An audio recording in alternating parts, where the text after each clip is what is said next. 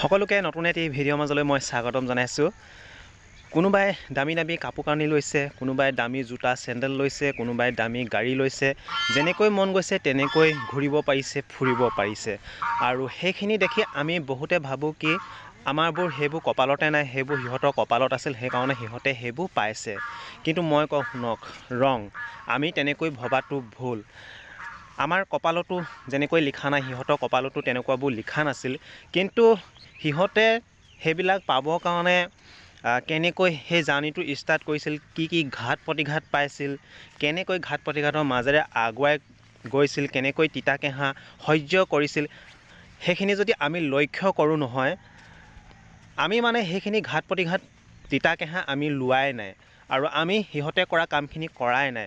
গতিকে আমি বিচাৰিলে ক'ত পাম? আমি কপালক দুখ দি লাভ নাই। সিহঁতে সেইখিনি কষ্ট ভোগ কৰিছে আৰু তথাপি সিহঁতে সেই কষ্ট কৰি আগুৱাই গৈ আছে, সেইটো কাৰণে সিহঁতে সেইখিনি ল'ব পাৰিছে।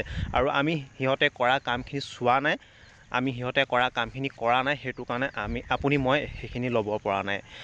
মই এটাই কথা ক'ব বিচাৰোঁ, সিহঁতে যেনেকৈ সেইখিনি পাবৰ কাৰণে কৰিছে, যিখিনি কৰিছে, ছেম কামখিনি যদি আপুনি ময়ো কৰিব পাৰোঁ, নিশ্চয় আপুনি ময়ো সেইখিনি ল'ব পাৰিম। জীৱনৰ কঠিন সময়ছোৱাত আপুনি ধৈৰ্য আৰু সাহসেৰে থাকিব পৰাটো এটা ভাল গুণ বুলি মই কওঁ। জীৱনলৈ কেতিয়াবা মাজে মাজে কঠিন সময় আহিব আৰু সেই কঠিন সময়ছোৱাত কেতিয়াও আমি ধৈৰ্য হেৰাই পেলাব নালাগে, কেতিয়াও আমি সাহস হেৰাই পেলাব নালাগে। আমি ধৈৰ্য আৰু সাহসেৰে থাকিব লাগে।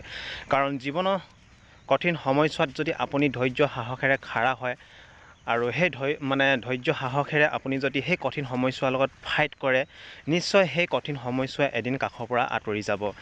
কাৰণ কঠিন সময়ছোৱাক আঁতৰাবৰ কাৰণে অলপ সময় লাগিবই। সেইটো কাৰণে কওঁ, জীৱনৰ কঠিন সময়ছোৱাত ধৈৰ্য আৰু সাহসেই আচল। গতিকে যদি আপোনাৰ জীৱনলৈ কঠিন সময় কেতিয়াবা আহিছে, আপুনি অধৈৰ্য নহ'ব, ধৈৰ্য ধৰক আৰু সেই কঠিন সময়ছোৱাৰ লগত ফাইট কৰক, কেনেকৈ সেই কঠিন সময়ছোৱা নিজৰ গাৰ পৰা এৰুৱাব পাৰি। এনেকুৱা কোনো ডাঙৰ কথা নহয় যে আপুনি আপোনাৰ জীৱনৰ পৰা কঠিন সময়ছোৱা আঁতৰাব নোৱাৰিব। তাৰ কাৰণে যিখিনি কৰিব লাগে সেইখিনি কৰক, নিশ্চয় সেই কঠিন সময়ছোৱা আপোনাৰ জীৱনৰ পৰা নাইকিয়া হ'ব। এটা কথা মনত ৰাখিব, ক'লা, বগা, ৰঙা এইবোৰ কি? এইবোৰ মাথো ৰংহে। আমি কেতিয়াবা মানুহে বিচাৰ কৰোঁ সেই বস্তুটো ভাল, সেই বস্তুটো বেয়া, সেই ৰংটো ভাল, সেই ৰংটো বেয়া। কিন্তু মই কওঁ শুনক, ধুনীয়া কোনো বৰণ নাই। আপুনি চাব, কেতিয়াবা আমাৰ ক'লা বস্তুটোকো ভাল লাগে, কেতিয়াবা বগা বস্তুটোকো ভাল লাগে, কেতিয়াবা ৰঙা বস্তুটোকো ভাল লাগে, নহয়নে? আকৌ কেতিয়াবা আমাৰ ৰঙা বস্তুটোকো বেয়া লাগে, ক'লা বস্তুটোকো বেয়া লাগে, বগা বস্তুটোকো বেয়া লাগে। মানে ইয়াৰ পৰা আপুনি কি বুজিলে? আপুনি যদি ভাল দৃষ্টিয়ে চাই সেই বস্তুটো ভাল, সেই ৰংটো ভাল। যদি আপুনি বেয়া দৃষ্টিয়ে চাই সেই বস্তুটো বেয়া, সেই বস্তুটো ধুনীয়া নহয়।